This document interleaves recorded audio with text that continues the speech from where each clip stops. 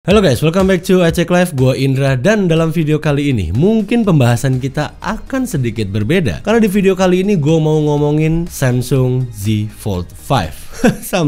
Samsung apa kabar kamu? Ya, ini adalah foldable phone generasi terbaru dari Samsung untuk di tahun 2023 ini. Jadi sebenarnya gue emang sengaja beli Fold 5 ini di awal September lalu. Sekalian gue mau nge-challenge diri gue nih sebagai Apple user untuk menggunakan foldable phone dari Samsung Galaxy Z Fold 5 ini sebagai device pelengkap atau bisa disebut juga secondary device atau mungkin bahasanya sebagai device pendukung lah. Berhubung sampai detik ini, sampai hari ini Apple masih belum mengeluarkan juga foldable phone seperti ini. Saya juga tidak mengerti kenapa. Apa yang Apple tunggu? Apakah Apple menunggu sampai lipatannya bisa dijadikan pesawat terbang? Jadi ya gue pengen nyoba aja apakah Galaxy Z Fold 5 ini bisa melengkapi experience yang sebelumnya tidak gue dapatkan di iPhone 15 Pro Max gue ini. So, ikuti terus video ini. Saya Indra, let's get started.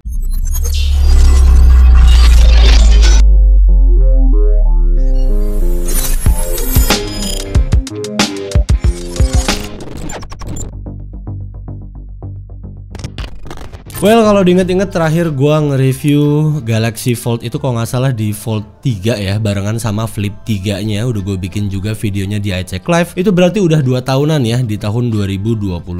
Lompat 2 generasi ke Fold 5 ini dari luarnya aja sekilas udah langsung kelihatan ya improvement yang dilakukan Samsung untuk generasi kelima foldable phone-nya di tahun 2023 ini. Untuk unit yang gue gunakan saat ini warnanya ini Icy Blue, 256GB storage dan RAM-nya 12GB.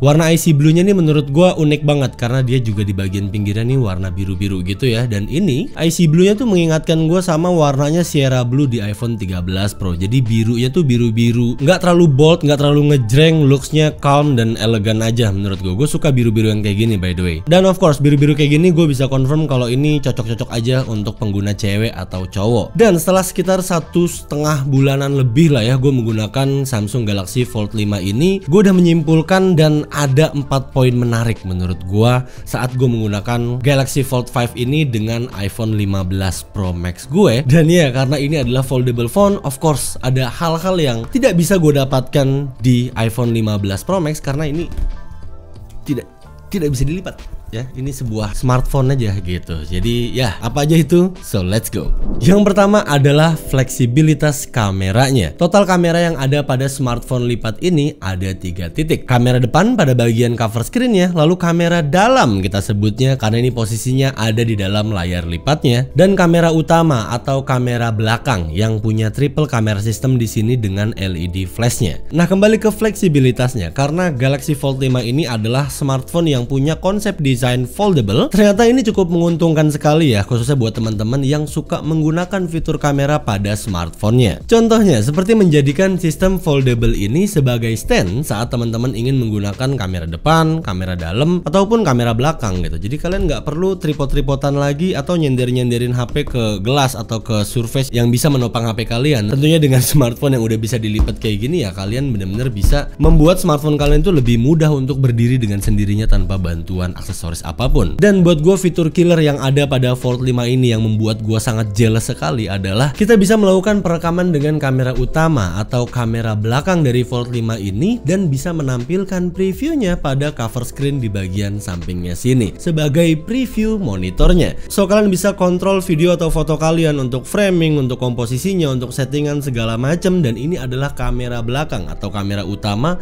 dari smartphone itu sendiri. So ya mungkin kalau urusan stand yang dari desain foldable seperti ini kita bisa kamera depan, kamera belakang, kamera bagian dalam, itu ya that's okay lah, karena di iPhone juga saat ini banyak sekali aksesoris MagSafe tentunya yang bisa bikin iPhone kita berdiri tanpa harus menggunakan mini tripod dan sebagainya. Tapi untuk fungsi kamera belakang dan kita tetap punya control screen monitor untuk previewnya di bagian cover screen-nya, menurut gue fleksibilitas seperti ini untuk saat ini ya at least hanya bisa dilakukan dengan konsep smartphone foldable seperti Galaxy Fold 5 ini. dan saya sangat jealous sekali. Nah sekarang bagaimana dengan kualitas foto dan videonya? Kalau gue bandingkan langsung dengan iPhone 15 Pro Max ini, tentu dari kedua smartphone ini punya tone karakter khas untuk pengambilan foto dan videonya masing-masing. Ya walaupun kamera sistem dari Fold 5 ini fiturnya tidak selengkap seperti yang ada pada S23 Ultra, tapi menurut gue ini udah cukup oke lah untuk sebuah kamera sistem pada foldable smartphone di tahun 2023 ini. So gue biarkan kalian menilai sendiri untuk hasil foto dan video dari Galaxy Fold 5 dengan iPhone 15 Pro Max. Check this out.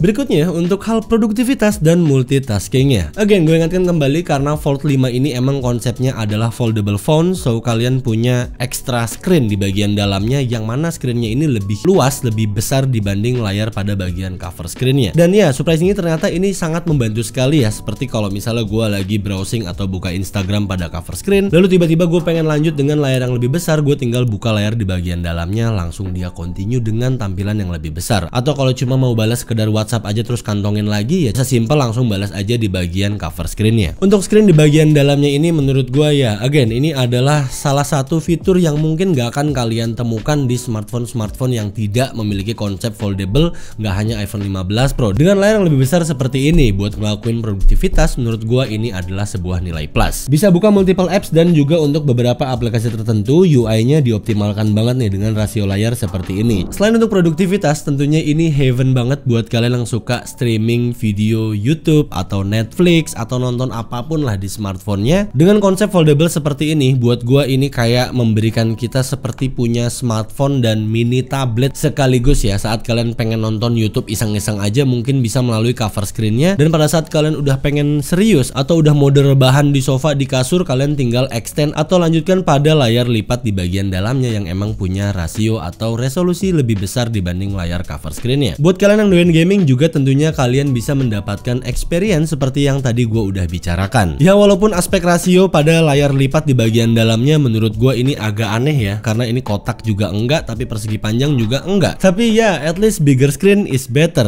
right? Selama 1 bulan lebih ini gue kalau main game iseng-iseng gitu ya untuk kompetitif seperti Call of Duty Mobile atau mungkin Pokemon Unite, masih ada yang main gak ya? Ini gue mainnya tuh di Galaxy Fold 5 ini karena ya layarnya ini lebih besar dibanding iPhone 15 Pro Max gue, dan menurut gue ini jauh lebih puas aja. Ya walaupun sayangnya pada kondisi tertentu ya, lakukan pada layar lipat di bagian tengahnya ini kadang ngeganggu gue saat gue lagi gaming. Karena tentunya saat kita lagi fast tapping gitu di layar ya kan, atau kalau lagi ngeflick gitu, kalau kalian main FPS kita tuh bener-bener butuh surface yang datar, dan apa bahasanya, jenglongan ini tuh sometimes mengganggu. Itu aja sih. Tapi ya di samping itu, gaming di Galaxy Z Fold 5 ini akan memberikan gaming experience yang mungkin sebelumnya nggak pernah kalian dapatkan even pada device iPhone 15 Pro dan 15 Pro Max. Poin yang keempat atau poin yang terakhir menurut gua ada di bagian baterai. Surprisingly untuk sebuah smartphone yang punya multiple screen seperti Fold 5 ini, performa baterainya cukup oke menurut gua. Dengan kapasitas 4400 mAh baterai, untuk penggunaan dual screen ini, mau yang cover screen atau screen di bagian dalamnya, ini udah sangat bisa sekali untuk bertahan sekalian untuk penggunaan-penggunaan yang pasif ya. I mean untuk entertainment lah, streaming YouTube, Netflix, buka Instagram atau browsing-browsing. Karena ya beberapa aplikasi social messaging atau mungkin perbankan gue juga masih keinstall di iPhone 15 Pro Max gue untuk saat ini. Tapi ya so far untuk sebulan lebih ini, menurut gue 4400 mAh pada Samsung Galaxy Z Fold 5 ini udah sangat oke banget untuk hitungan smartphone foldable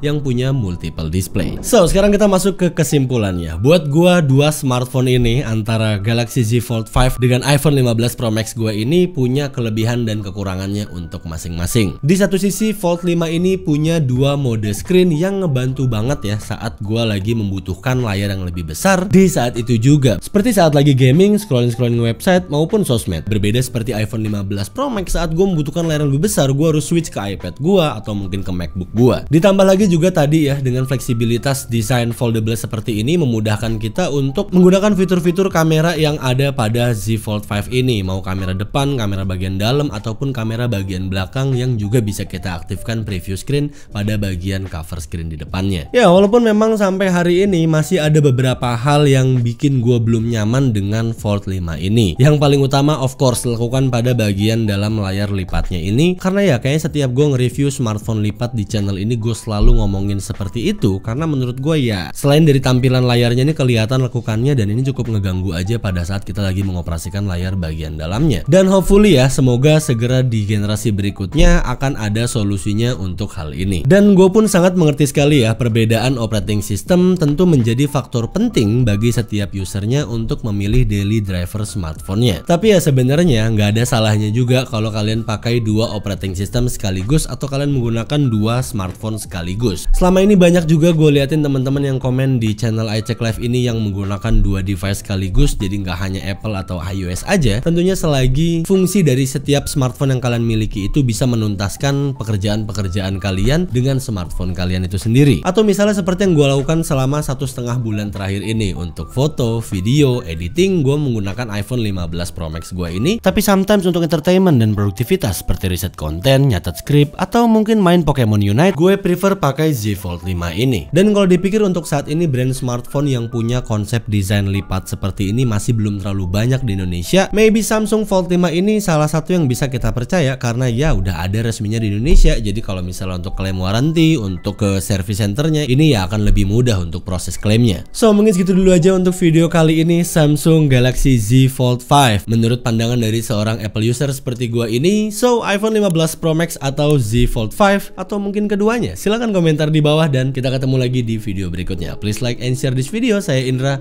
until next time, goodbye.